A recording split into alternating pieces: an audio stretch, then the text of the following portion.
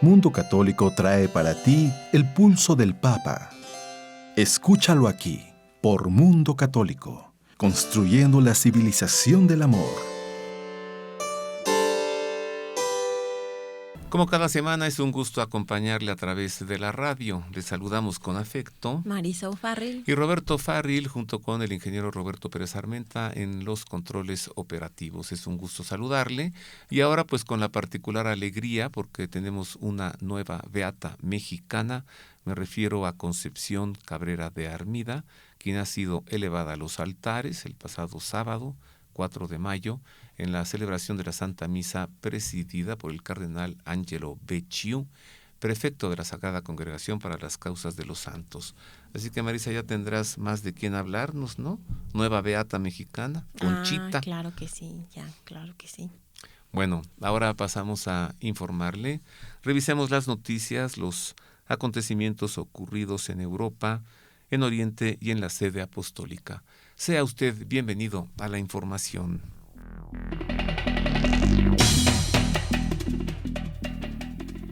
El Papa Francisco aseguró que la Iglesia observa con preocupación el resurgimiento en casi todo el mundo de corrientes agresivas hacia los extranjeros, especialmente los inmigrantes, así como el creciente nacionalismo que descuida el bien común. Así lo indicó durante la audiencia concedida este jueves a los participantes de la Asamblea Plenaria de la Academia Pontificia de las Ciencias Sociales, que se realizó del 1 al 3 de mayo con el tema Nación-Estado, Nación-Estado. Durante su discurso, el Santo Padre les animó a perseverar en la búsqueda de procesos adecuados para superar lo que divide a las naciones y proponer nuevos cambios de cooperación, especialmente con respecto a los nuevos desafíos del cambio climático y de las nuevas esclavitudes, así como del excelso bien social que es la paz.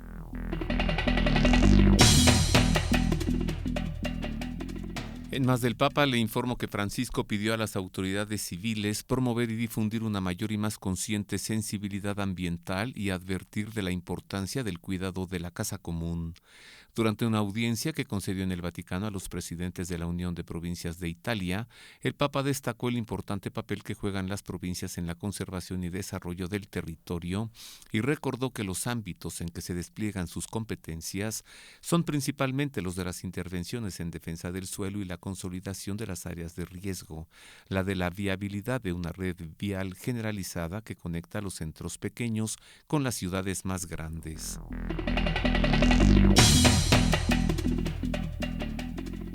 Francisco recordó la necesidad de que los cristianos dejen espacio a la acción del Espíritu en la vida de la fe, por una vida cristiana sin presencia del Espíritu. Es una vida pagana disfrazada de cristiana. En su homilía de la misa celebrada el pasado martes en la Casa Santa Marta, el Santo Padre subrayó que para renacer de nuestra existencia pecadora es necesaria la ayuda de Dios, para lo cual nos ha enviado al Espíritu Santo. Nosotros no podemos hacer nada sin el Espíritu. Es el Espíritu el que nos hace resurgir de nuestros límites, de nuestras muertes, porque nosotros tenemos muchas necrosis en nuestra vida, en el alma, señaló Francisco.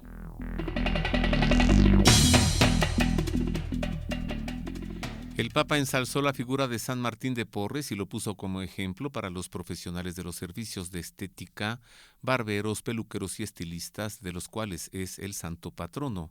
El pontífice recordó que la figura humilde y grande de San Martín de Porres, que el Papa San Pablo VI en 1966 proclamó patrono de su profesión, los ayuda a testimoniar constantemente los valores cristianos, les estimule sobre todo a ejercitar su profesión con estilo cristiano, tratando a los clientes con gentileza y cortesía, ofreciéndoles siempre una palabra buena y de ánimo, evitando ceder en la tentación de los chismes que fácilmente se insinúan también en su contexto de trabajo.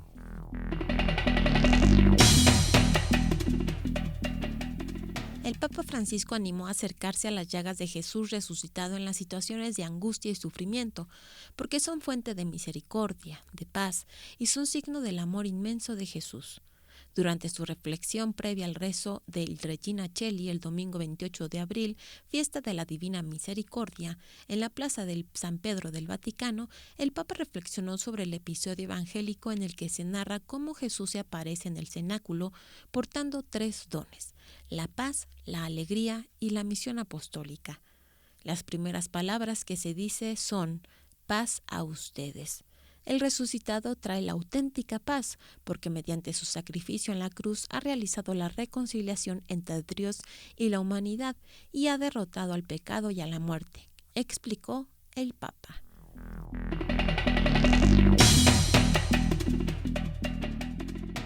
En más noticias le informo que el Papa Francisco recordó que la Biblia no es una hermosa colección de libros sagrados para estudiar, sino que es la palabra de vida para sembrar.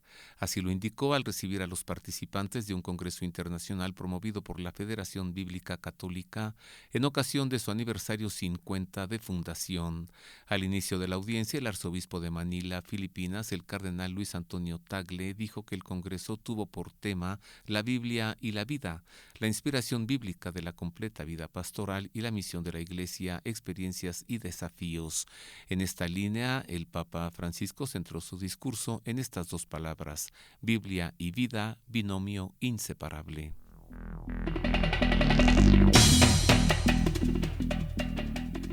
El secretario de Estado del Vaticano, el cardenal Pietro Parolin, dijo que el anuncio de una constitución apostólica para la reforma de la curia busca poner énfasis en la conversión misionera de la Iglesia y destacar el Evangelio. El hecho de que la Congregación para la Evangelización de los Pueblos se considere primero entre los dicasterios de la curia no significa que el papel de la Congregación para la Doctrina de la Fe sea menos importante, dijo el purpurado a la agencia informativa Así Prensa el 27 de abril, en referencia a las previsiones de la reforma de la curia publicadas la semana pasada por una fuente católica.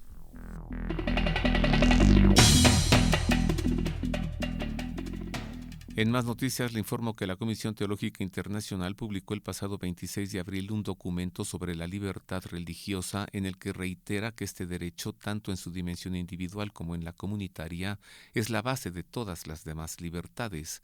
El texto aprobado por el Papa Francisco se titula Libertad religiosa por el bien de todos, enfoque teológico a los desafíos contemporáneos, y ha sido publicado por ahora solo en italiano. Está compuesto por 87 puntos divididos en 7 capítulos.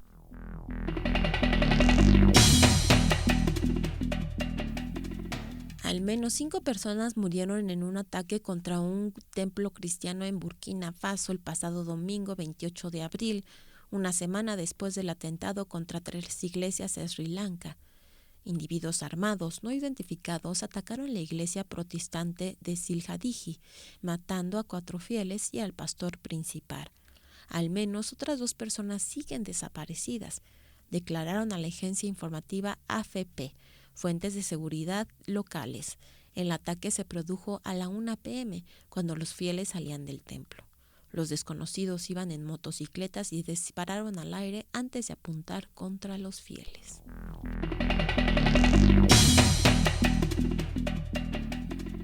En noticias procedentes de Sri Lanka, le informo que el presidente de la Fundación Pontificia Ayuda a la Iglesia Necesitada denunció que los brutales atentados perpetrados contra iglesias y hoteles de Sri Lanka el pasado domingo de Pascua ponen de manifiesto que 2019 es ya uno de los años más sangrientos para los cristianos. En una nota difundida el 26 de abril, la Fundación Pontificia Ayuda a la Iglesia Necesitada recuerda que además de Sri Lanka, en este 2019 han ocurrido diversos ataques contra los cristianos. Además, indicaron que la amenaza del Estado Islámico sigue presente en Medio Oriente, así como la de los terroristas del grupo Boko Haram en el norte de Nigeria.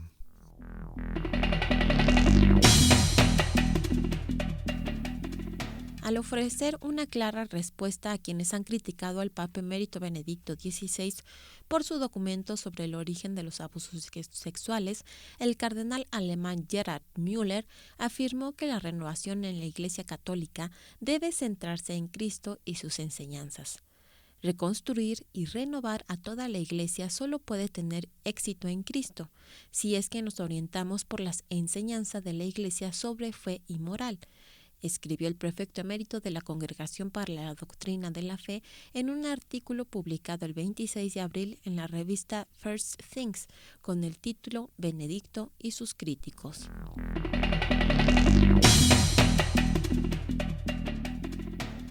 En más del Papa y una noticia relacionada con México, le informo que Francisco hizo una donación de $500,000 para diversos proyectos de ayuda a los migrantes en la frontera entre México y Estados Unidos.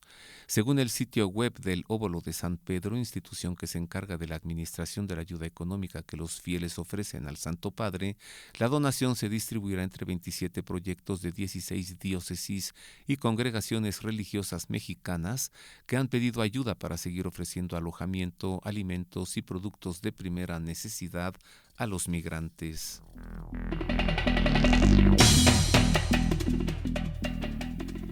La Santa Sede trasladará a toda la redacción del L'Osservatore Romano y de los demás medios de comunicación dependientes de la Santa Sede a una nueva oficina fuera de los muros vaticanos y por lo tanto en territorios italianos. Según informó el prefecto del Dicasterio para la Comunicación de la Santa Sede, Paolo Ruffini, los periodistas tanto del Observatore como del Vatican News, Radio Vaticana y Centro Televisivo realizarán su trabajo desde el Palacio Pío, un edificio de la propiedad de la Santa Sede, pero situado frente al Castillo de San Angelo, muy cerca del Vaticano. Con esta medida, l'Observatore abandona territorio vaticano por primera vez en 90 años.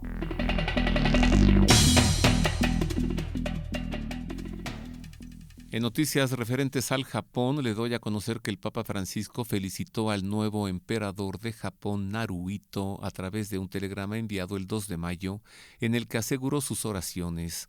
Dirijo a su majestad mi cordial saludo y mis mejores deseos con ocasión de su solemne ascensión al trono, y aseguro mis oraciones para que siempre esté dotado de los dones de la sabiduría y la fuerza en su dedicado servicio a la nación, expresó el Santo Padre. Además, impartió la bendición divina de la paz y el bienestar por todos los miembros de la familia imperial y por todo el pueblo de Japón.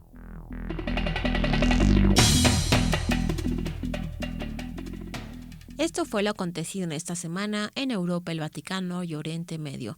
Usted ha quedado informado y más adelante no se pierda lo acontecido en México y América. El pasado 1 de mayo, que en todo el mundo se celebra el Día del Trabajo, también celebramos la segunda festividad de San José en el año litúrgico. Una, como bien sabemos, 19 de marzo, San José, esposo de la Virgen María. Y el 1 de mayo, San José, patrono del trabajo.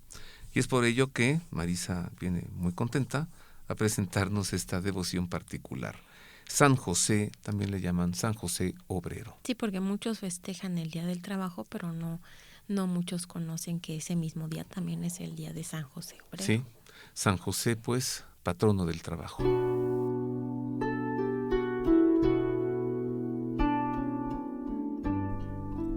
San José es el santo del silencio, pues la Biblia no da cuenta de una sola palabra pronunciada por él. Sin embargo, sabemos que a Jesús le llamaban el hijo del carpintero gracias a José, pues recibió a María como esposa e indicación del ángel mensajero de Dios. Es patrono del matrimonio. José creyó en Jesús antes de conocerlo, antes de verle nacer. Sus manos fueron las primeras en recibirlo y sus brazos los primeros en abrazarlo. Es patrono de los padres de familia. Tuvo que ir a Egipto para salvarle la vida, trabajar en una tierra extraña y en medio de una cultura que le era ajena. Es patrón de los migrantes. Con su trabajo de artesano y carpintero, lo crió, lo sostuvo, lo educó y lo formó. Es patrono del trabajo. Se puede calcular cuánta ternura y fuerza reunió José para crear a Jesús al saber que a Dios, creador del universo, le llamó Abba, Padre, mi muy querido papá, tal y como le llamaba a José. Es patrono de la familia. Murió sin dolor, sin pesar, y satisfecho por la tarea cumplida junto a María, la Madre de Dios, y junto a Jesús, el Hijo de Dios, es patrono de la buena muerte.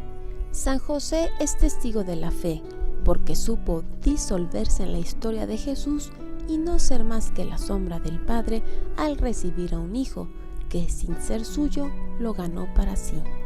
En 1870, el Papa Pío IX lo proclamó patrono de la Iglesia Universal, y una oración a San José reza así: Glorioso Patriarca San José, animado de una gran confianza en vuestro gran valimiento, a vos acudo para que seas mi protector durante los días de mi destierro en este valle de lágrimas. Vuestra altísima dignidad de Padre putativo de mi amante Jesús hace que nada se os niegue de cuanto pidáis en el cielo.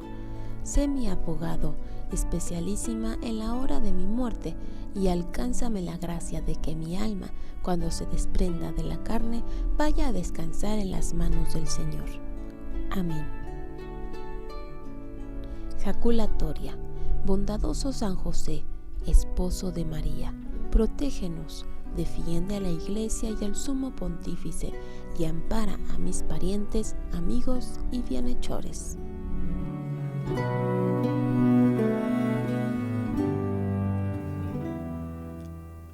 San José obrero o San José trabajador. Muy bien, Marisa. ¿Cuánto sí. sabes, oye? Ay, gracias. San José, nuestro santo patrono también. Y después de una pausa que es breve, regreso para meditar más en esta figura de San José, precisamente como patrono del trabajo. Tendré aquí el gusto de platicar con un sacerdote josefino, el padre Miguel Ángel Aguilar, precisamente sobre este patronazgo de San José hacia el mundo del trabajo.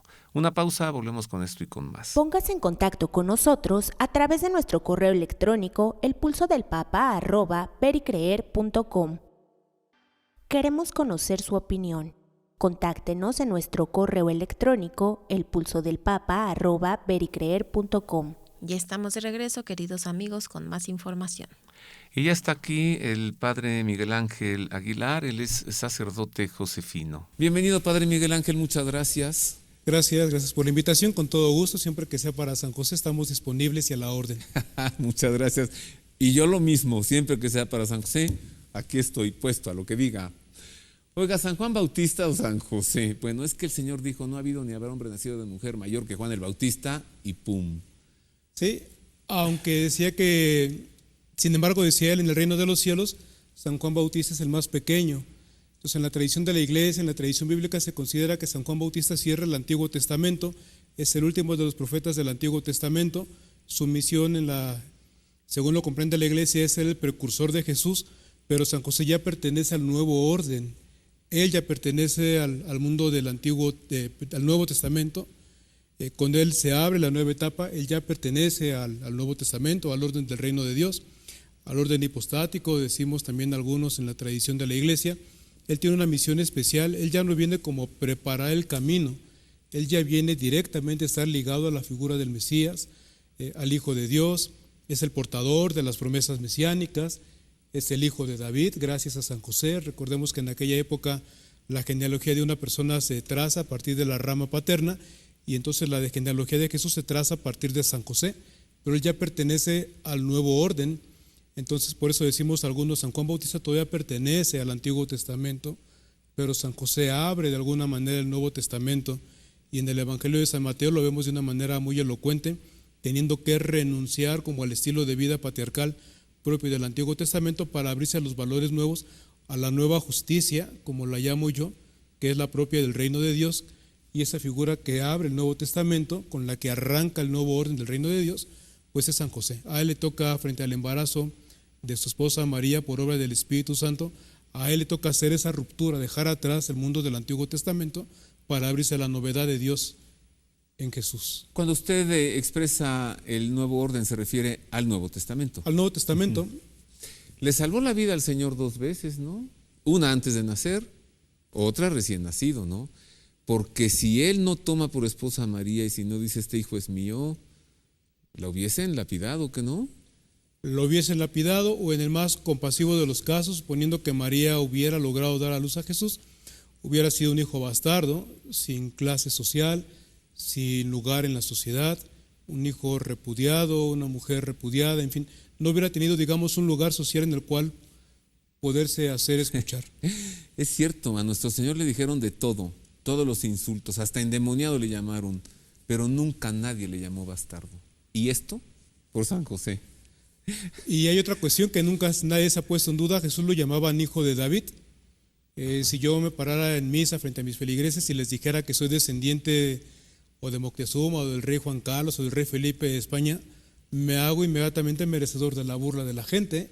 Dirán que de dónde me hice yo portador de una realeza, que de dónde y de cuándo acá, diría la misma escritura.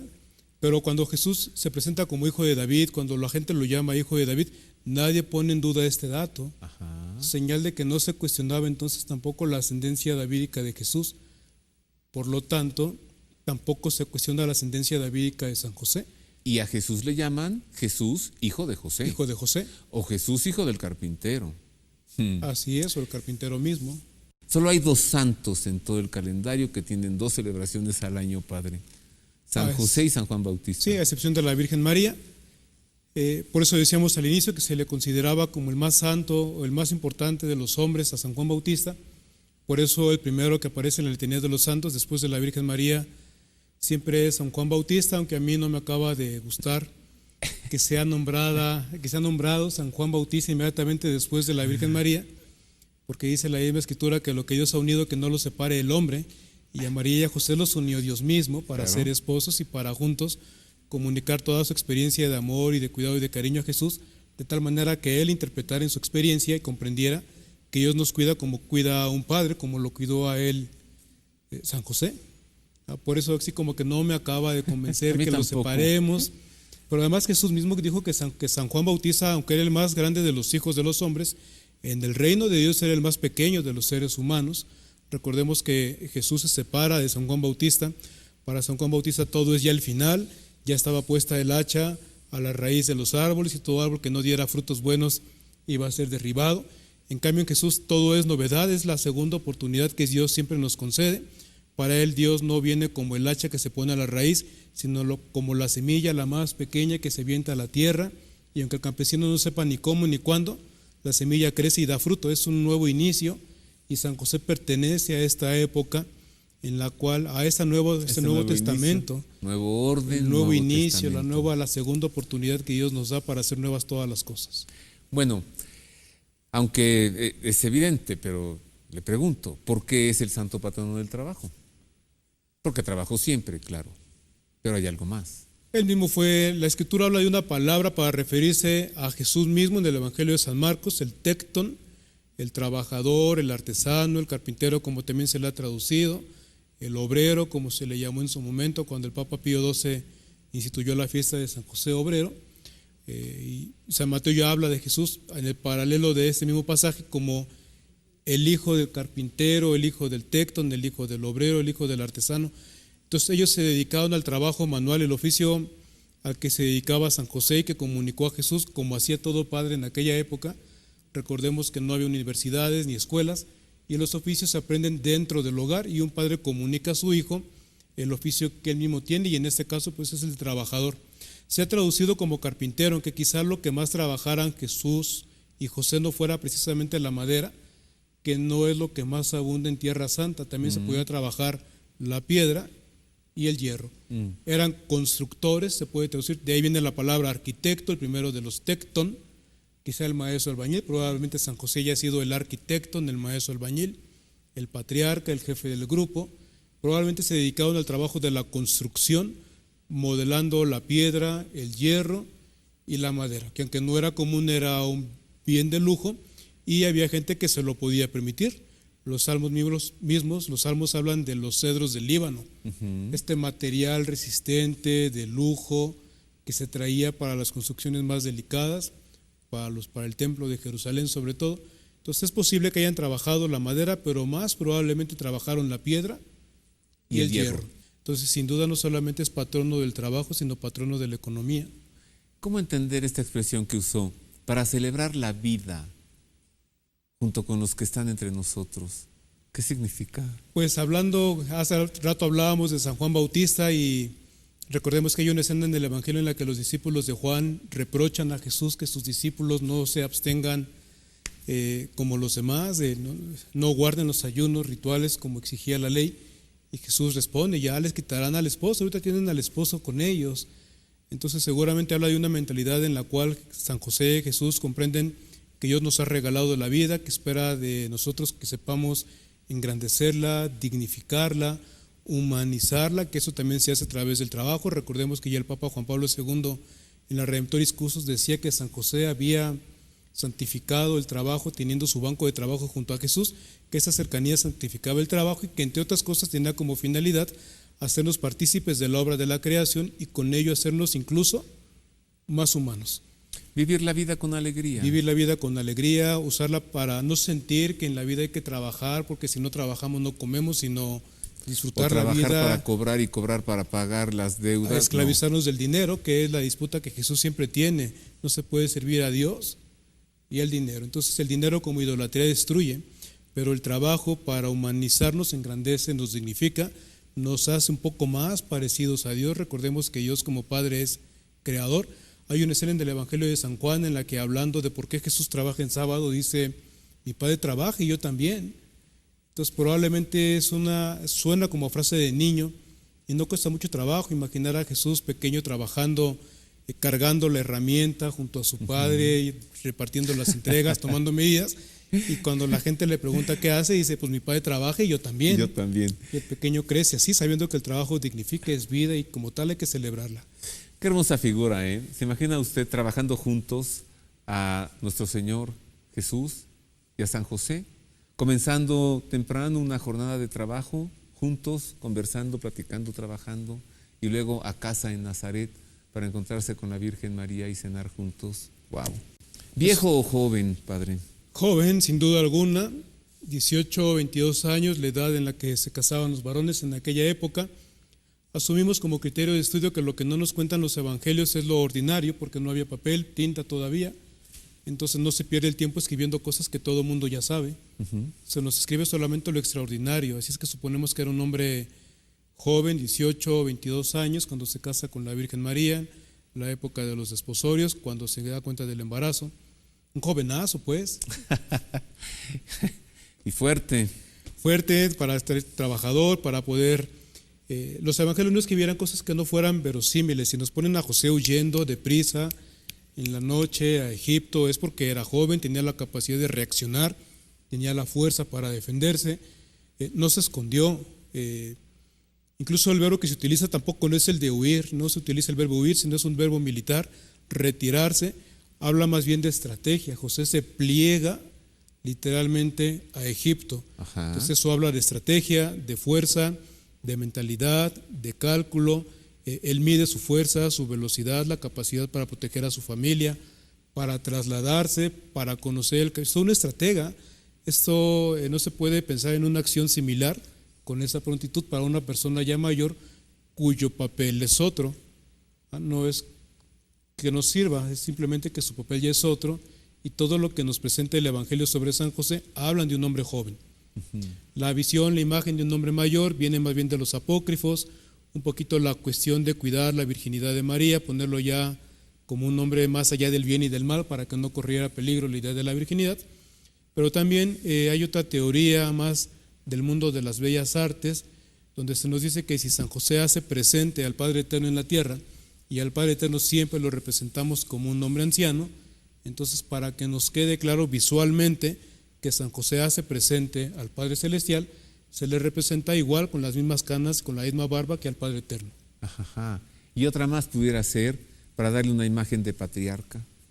Probablemente haya sido incluso el patriarca de Nazaret. Algunos dicen que en Nazaret la arqueología todavía no encuentran los arqueólogos la sinagoga. Recordemos que la sinagoga significa en primer lugar asamblea, la reunión de los hombres, de los varones. Si no hay 12 varones no se puede iniciar la sesión de la sinagoga, de la asamblea. Entonces probablemente la sinagoga es la reunión de varones dentro de una casa, de un hogar. Y si San José es el patriarca en Nazaret, si es el patriarca de la familia, probablemente la sinagoga haya tenido lugar en su propio hogar. Claro. Y Nazaret era tan pequeño. Nazaret era muy pequeño. Todos eran parientes. Hay alguna teoría de algunos biblistas contemporáneos que dicen que Nazaret se llama así porque ahí llegaron los nazarenos, descendientes del rey David, que se trasladaron en algún momento dado de la historia del sur del país de Judea, de Belén, hasta Galilea, y como ellos eran los nazoreos, el retoño de David, digamos, el pequeño resto fiel, como ellos se trasladan al norte del país, ahí donde se establecen, como ahí llegaron los nazarenos, ahí se le llama Nazaret, no al revés. No son nazarenos porque fueran de Nazaret, se llamó Nazaret al lugar donde llegaron los nazarenos, estos descendientes del rey David que proceden del sur. Qué maravilla entonces ver que San José es de Nazaret. Así es que probablemente son pocos, probablemente son parientes todos son una rama muy conocida descendiente del rey David, y probablemente si San José es el patriarca, a él le tocaría explicar las escrituras el sábado. Por eso no es muy difícil explicarnos cómo es que Jesús se formó en las escrituras, aun cuando no pertenece a ninguna escuela cercana al templo de Jerusalén. ¿Y qué conocimiento tiene nuestro Señor de las Escrituras? Desde pequeño no se avienta un alegato con los escribas en Jerusalén. Sí, con los fariseos, con los saduceos, con todo el mundo. ¿Qué concluimos, Padre Miguel Ángel, acerca de esta gran figura, de este gran hombre? No dejar de invocarlo, pertenece a la esencia del Evangelio, pertenece a la esencia de la vida de Jesús. El Papa Francisco, después de que el Papa Juan XXIII lo nombrara patrono del concilio y decidiera que se incorporara su nombre a la plegaria eucarística, el Papa Francisco decretó que se incorporara a todas las plegarias eucarísticas, no solamente al canon romano, que era la única que existía en tiempos del Papa San Juan XXIII, y aparece así en el misterio de la Eucaristía. Es el hombre que preparó para nosotros al pan de vida, está ligado a la Eucaristía, nos ayuda para que nunca falten en nuestras casas tanto el pan material como el pan espiritual, que es la Eucaristía. Debe ser invocado siempre junto a la Virgen María. A mí me da mucho gusto, le fui a dar las gracias al cardenal Carlos Aguiar, que cada que inicia una reunión y la concluye siempre invoca a la Virgen de Guadalupe y a su esposo San José. Recordemos que lo que Dios ha unido, que no lo separe el hombre. Las más grandes oraciones en la iglesia tienen detrás de sí a San José. La fe orada, el Padre Nuestro, la experiencia de paternidad del Padre que no permitió que faltara el pan de cada día en la mesa de Nazaret, el hombre que protegió a Jesús de todos los males como podía protegerlo cuando era niño, Abba, el Padre San José, como en nuestra fe confesada. Creo en Dios que es Padre y creemos que Dios es Padre, porque así se reveló a Jesús en el corazón, en la figura, en la historia, en el cuidado, en el corazón de San José. ¿Verdad que de haber estado vivo San José, a nuestro Señor no lo crucifican? Por supuesto que no, y lo protegía de todo mal. Lo protegió toda su vida de todo mal. Sí, pero al final de cuentas creo que todo padre tiene que saber hacerse a un lado para que su hijo crezca en libertad, en autonomía y pueda cumplir con su propia misión. Quizá lo más grande que pueden hacer los padres es saber en qué momento tienen que dejar que los hijos caminen solos y se hagan dignos de la vida que Dios les regaló a través de ellos, y hasta en eso San José es maestro, supo a qué hora decir: tu turno, te toca, me voy. Pues vamos pidiéndole a San José eso. Vamos a encomendarle también nuestro trabajo, nuestra economía, la familia. Vamos a encomendarle nuestra patria, nuestro México, nuestra ciudad. Mil gracias, Padre Miguel Ángel. Al contrario. Y nosotros continuamos con más de estos servicios informativos de Ver y Creer. Tenemos que informarle de los sucesos ocurridos en el continente americano y en México después de esta pausa que es breve. Comparta este espacio con nosotros. Escríbanos a nuestro correo electrónico elpulsodelpapa@vericreer.com. Ya estamos de regreso, queridos amigos, ahora para darle a conocer lo acontecido en esta semana en América y México. Estas son las noticias.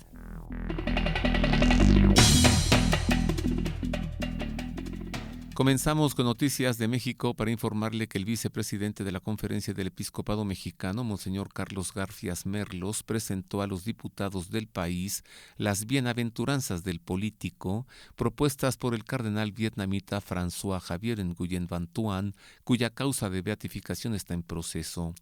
En su alocución ante los diputados al presentar el plan de prevención de apoyo a las víctimas de la violencia, el también arzobispo de Morelia dijo que merece la pena recordar las bienaventuranzas del político propuestas por el cardenal Francisco Xavier Nguyen Van Thuan, como le comenté, fallecido en el año 2002 y que fue un fiel testigo del Evangelio.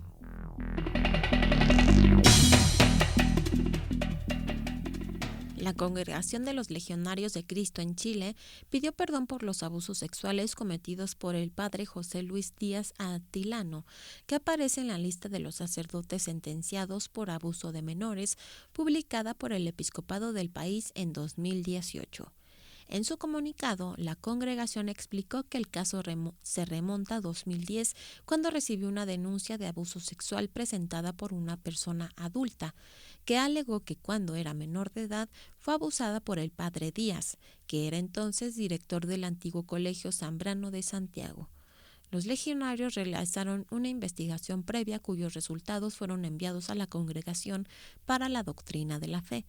En 2002, el Tribunal Eclesiástico de la Arquidiócesis de Santiago encontró al padre Díaz culpable y se le impuso la pérdida del estado clerical.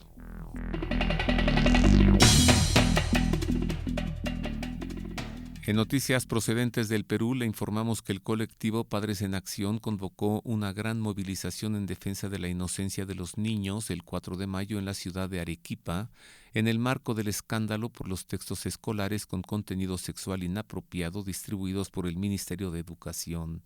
Como es de público conocimiento, Padres en Acción desde el año 2016 ha demandado el retiro del enfoque de género del Círculo Nacional de Educación y no vamos a dar marcha atrás en la defensa de nuestros derechos inalienables como padres y hombres libres, indicaron en un documento publicado el pasado 29 de abril.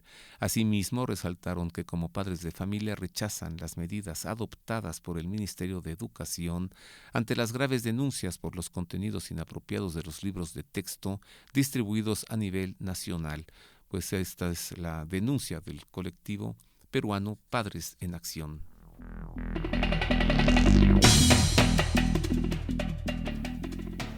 Los obispos de Costa Rica rechazaron la decisión del Ministerio de Salud de comercializar la píldora abortiva del día siguiente sin necesidad de contar con receta médica. El 25 de abril, el Ministerio de Salud tomó la decisión de permitir la libre comercialización del fármaco abortivo levonorgestrel, para lo cual aseguró que la píldora del día siguiente o anticoncepción de emergencia no es un fármaco abortivo y comentó que el mecanismo de acción de este medicamento es que inhibe la ovulación.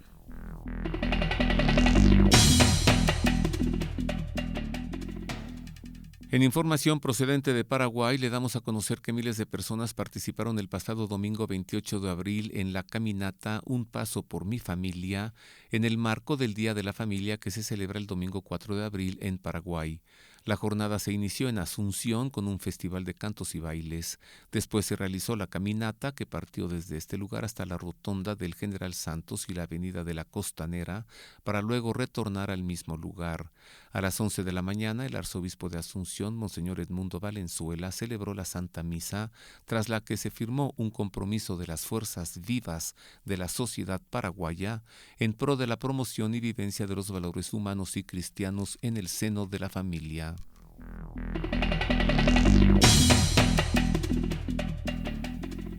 Según un nuevo informe del gobierno, más del 1% de todas las muertes del 2018 en Canadá fueron el resultado de la eutanasia.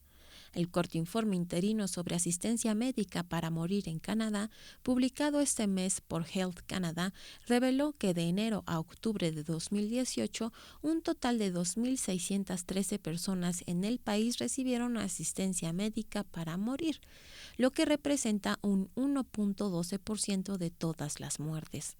Según el informe, solo una persona se autoadministró el fármaco letal en un suicidio asistido. En todos los demás casos, el paciente falleció después de una dosis letal administrada deliberadamente por un médico o una enfermera a petición del paciente.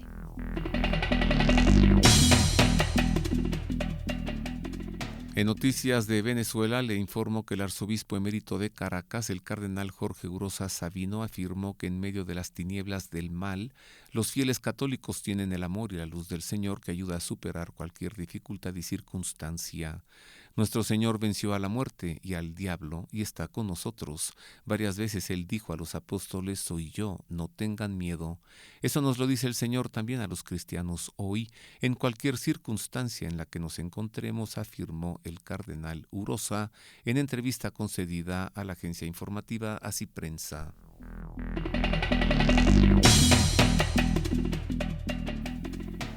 La directora nacional de Cáritas Venezuela, Janet Márquez, indicó que nuevamente están solicitando al régimen de Nicolás Maduro abrir la puerta grande de la ayuda humanitaria para poder aliviar las carencias que padece la población por la crisis económica. En declaraciones emitidas por EWTN Noticias, Márquez también solicitó que este canal humanitario cuente con la participación de más actores. Además, afirmó que es necesario que se tengan claros los criterios de disponibilidad, transparencia y, sobre todo, de cómo y a dónde va a llegar la ayuda humanitaria.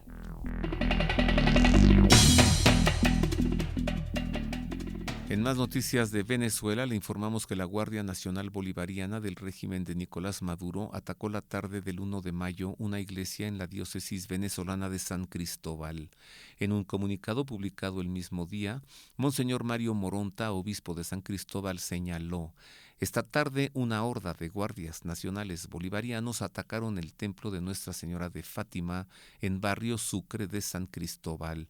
La misa estaba terminando, dijo, cuando 40 miembros de la Guardia Bolivariana ingresaron en motocicletas dentro de la iglesia.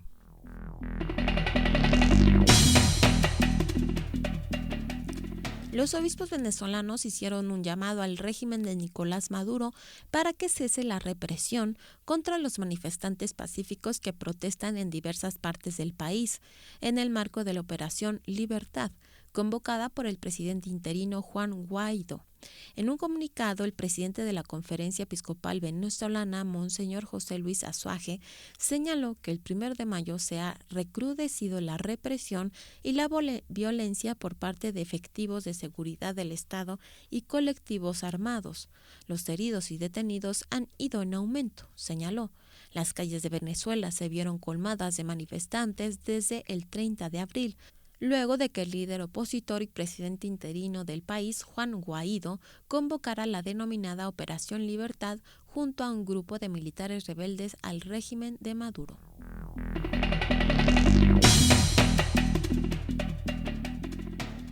En noticias de Nicaragua le informo que tras su llegada a Roma, como lo dispuso el Papa Francisco, el obispo auxiliar de Managua, Monseñor Silvio Báez, denunció la grave crisis que afecta a Nicaragua desde abril de 2018. Calificó de ilegítimo el régimen del presidente Daniel Ortega y aseguró que la única solución es convocar a elecciones.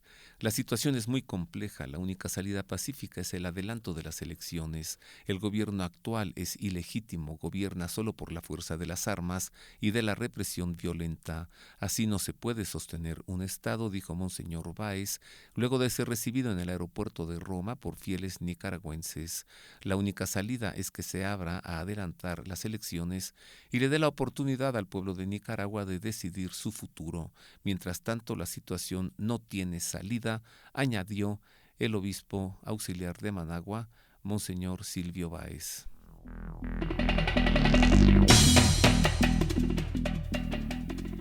Mediante un comunicado, la Conferencia Episcopal Panameña rechazó que se quiera manipular políticamente su mensaje de cara a las elecciones generales del 5 de mayo, en el que invitan a emitir un voto responsable, libre y consciente para elegir a las nuevas autoridades.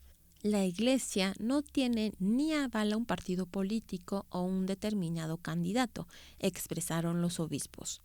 A través de la Oficina de Comunicación y Prensa, la Conferencia Episcopal señaló que nadie está autorizado para hablar en nombre de la Iglesia o algunos de sus movimientos.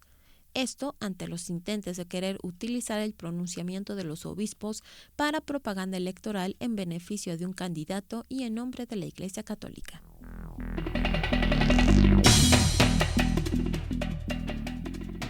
En una lamentable noticia de hechos ocurridos en Colombia, le informo que una turba de vándalos atacó la Catedral Primada de Bogotá el jueves 25 de abril por la tarde, dejando una gran cantidad de daños materiales. El ataque ocurrió durante las manifestaciones de centrales obreras, maestros y estudiantes que llegaron hasta la Plaza Bolívar en Bogotá en el marco del paro nacional. Allí quitaron la protección que tenía la catedral, lanzaron piedras, hicieron diversas pintas en las paredes exteriores y prendieron fuego a los alrededores.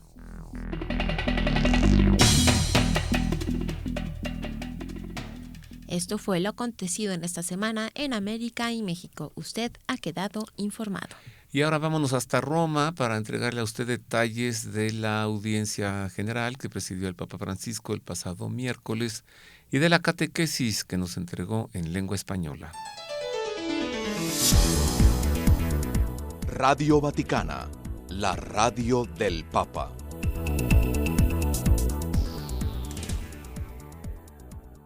Queridos hermanas y hermanos, hoy reflexionamos sobre la penúltima invocación de la oración del Padre Nuestro, que dice: no nos dejes caer en la tentación. Esta petición se encuentra en el centro del drama entre nuestra libertad y las insidias del maligno.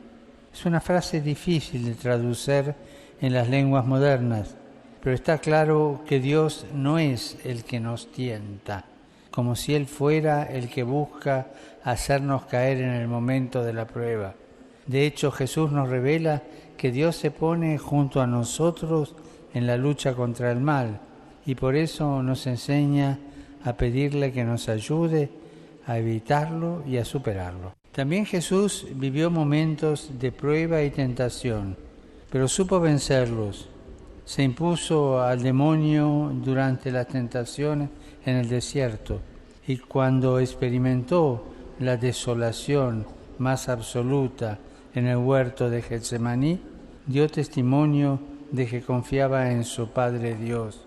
En aquel instante previo a su pasión, cuando sentía un gran abandono, pidió a sus discípulos que velasen y orasen con él, pero ellos no fueron capaces de hacerlo. Sin embargo, cuando nosotros somos probados y tentados por el maligno, Él vela y está junto a nosotros. De este modo sabemos que no estamos solos en el momento de la prueba y la dificultad, sino que estamos recorriendo junto a Jesús el camino que Él bendijo con su presencia salvadora.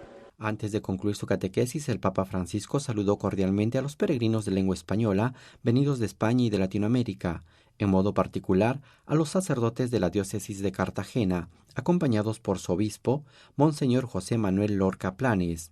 Pidamos al Señor que aleje de nosotros todo tipo de tentación y que sepamos percibir su presencia a nuestro lado en todo momento de nuestra vida. Dios siempre nos acompaña y hace más ligero el peso de nuestra cruz. Que el Señor los bendiga.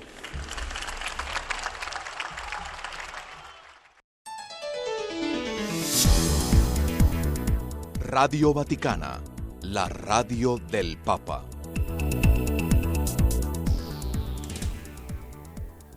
Y hasta aquí termina nuestro enlace con Radio Vaticana, la radio del Papa, y también hasta aquí termina nuestro programa. Muchas gracias por habernos escuchado en otra emisión más del Pulso del Papa desde Ciudad del Vaticano. Le deseamos una feliz semana, le deseamos que Dios le guarde. Hasta luego, muchas gracias por su audiencia y le dejamos con la bendición del Santo Padre. Dominus vobiscum, et cum spiritu tuo, sit nomen Domini benedictum, et hoc nunc et usque in saeculum, aiutorium nostrum in nomine Domini, qui fecit caelum et terram, benedicat vos omnipotens Deus, Pater et Filius et Spiritus Sanctus. Amén. Mundo Católico trae para ti el pulso del Papa. Escúchalo aquí, por Mundo Católico, construyendo la civilización del amor.